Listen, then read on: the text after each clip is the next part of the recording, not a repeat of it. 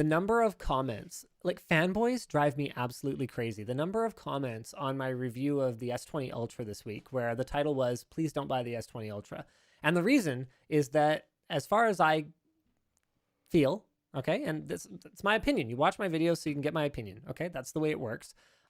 It made no noticeable change to my life compared to my 2-year-old Note 9 that I'm still daily driving because I can't use the Fold because this YouTube Stories feature is broken on it. And I need that for work. I know, it's the stupidest thing ever. I love the Fold. And it I can tell. it was working for a bit. So I went back to using it and then it just stopped working again. I tried a YouTube app update today just to see if it's back. It's not. What doesn't work? Sorry, I know this is not. It's just not there.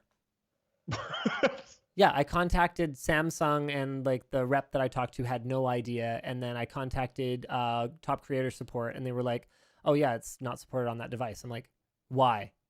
And then I don't know that I ever heard back. I don't know that I actually sent an email saying why, because that would have been should try, pretty obnoxious. You should try just getting the APK. No, I tried it. Oh, really? Yeah, no, it didn't work. Yeah, it didn't work. So really frustrating.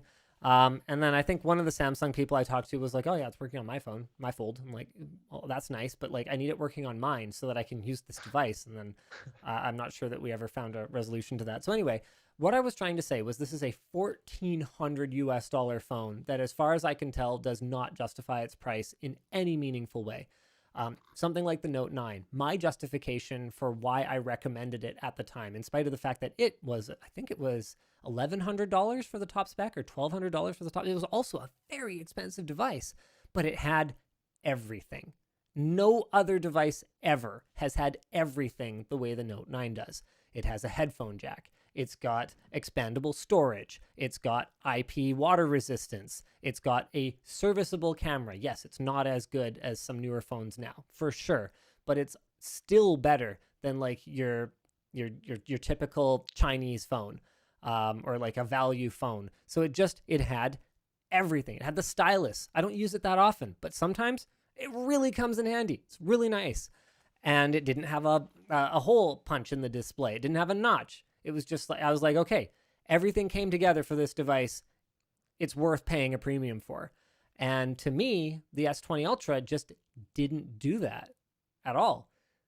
It's another phone. Like, okay. Neat, I guess. Yeah, that's fair. I think we're starting to run into that more and more unless you have like drastic features like folding. So anyway, though, but that's exactly it. I also said I love the Fold. But anyway, what was really funny to me about this though was the comments on that video, particularly after the like the first wave where it's our subscribers watching. So once a video does well with our subscribers, YouTube will algorithmically start to serve it out to a broader audience, right? And it is full of people just sort of bashing on me for just being an iPhone fanboy. And I'm looking at this like, what are you talking about? Justin says, just say you're biased towards iPhone, man, because we all already know. This is 2 comments later. CSR says, you are a fan of Apple, in all caps. Hold on, I gotta scroll a little bit further down to find another one. I'm trying to figure out how and why someone would come to that conclusion. Because the only reason to say anything negative about a Samsung phone is if you're a filthy Apple fanboy. Because I didn't even say, the iPhone is the greatest phone on earth in that video. I just said that this phone is more expensive than an iPhone and definitely falls short of it in certain ways. Like I don't think it justifies it. That's all I said. It's like, you're an iPhone fan. It's like a perfect way for me to filter through comments and determine who in fact does not watch this channel at all. And just phones in general are just way too expensive these days.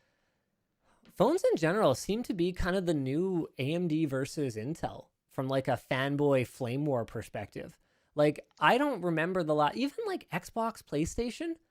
I don't think, maybe I just don't participate in that community as much, but I don't think I've seen nearly the same level of toxicity in the last couple years. I don't think the console fanboy wars have been very hot for a long time. That might be because it's been a long time since we've had a new one. Yeah, when the new launch happens, we might see once people are actually making decisions with their money again, and like voting with their wallets, and it's like, like that South Park episode, the I think it was like a Lord of the Rings spoof they did where they were deciding which consoles to buy, and they like went to battle or something, the Black Friday thing, whatever. It doesn't matter. The point is, once people are getting into arguments with their friend group about like which one we should all invest in so we can all play together, it might heat up a little bit. But right now it feels like no one cares. If you want to play, especially when like you want to play with your friends, but your like dad is gonna buy one of them regardless because he probably wants to play with his friends or something. Yeah, and like so you try to push your friends to get that one, and then I don't know. Maybe another factor is just how prevalent crossplay is becoming outside of exclusive titles and first-party titles. It no longer matters that much. Like David and I can argue about, Xbox controller versus PlayStation controller. He likes the PlayStation controller. What a pleb. I know, right? What a noob. Yeah, exactly. Well, I wouldn't call him a noob because he can pony it pretty much beat both of any us. game. He's a pretty good gamer. Anyway, but like we can argue about it without it really mattering. And so maybe part of it too is that we're at the point now in this console's life cycle where buying both of them is not completely unattainable compared to when they both first launched. You could probably buy both of these consoles used with an adequate amount of accessories compared to buying one of them back when they launched and the accessories that you need, because accessories in particular are so much cheaper to get secondhand. So maybe it's not as much of like a cost barrier. Plus, if you're people like you and me, what I always used to do was wait for something to be a little bit older. I would buy it secondhand, and then I would flip it 6 months later, still secondhand, basically losing nothing, and in some cases being up on the deal. So if you really want to play the exclusives one way or the other, by now, what are we, like 5 or 6 years into this generation of consoles, you could realistically have played through all the exclusives on both of them, flip them, and just be sitting on your money waiting to pick up the new one when it comes out. Yeah, because like a lot of games that are going to come out in the next little while will probably be on the next one anyways. And if I remember correctly, the next one is going to be fully backwards compatible. So if a game comes out in the interim, you'll still be able to play it. It doesn't really even matter that much. Okay. Mike says, you said Apple in the S20 Ultra review. I know I did, but I didn't say that, the iPhone is God's gift to phone users. I just made a comparison, which is a perfectly legitimate thing to do in a review of a device. That's all. Okay, and this is a fair point. JC says, if you go on Twitter, you can easily find toxic console fanboys. That's true. But if you go on Twitter, you can easily find toxic anything. Yeah. Like, I swear to you, you could find fans, like toxic fanboys of particular types of mouse traps on Twitter, and they would be at each other's throats, even though literally nobody else in the world cares at all. Yep.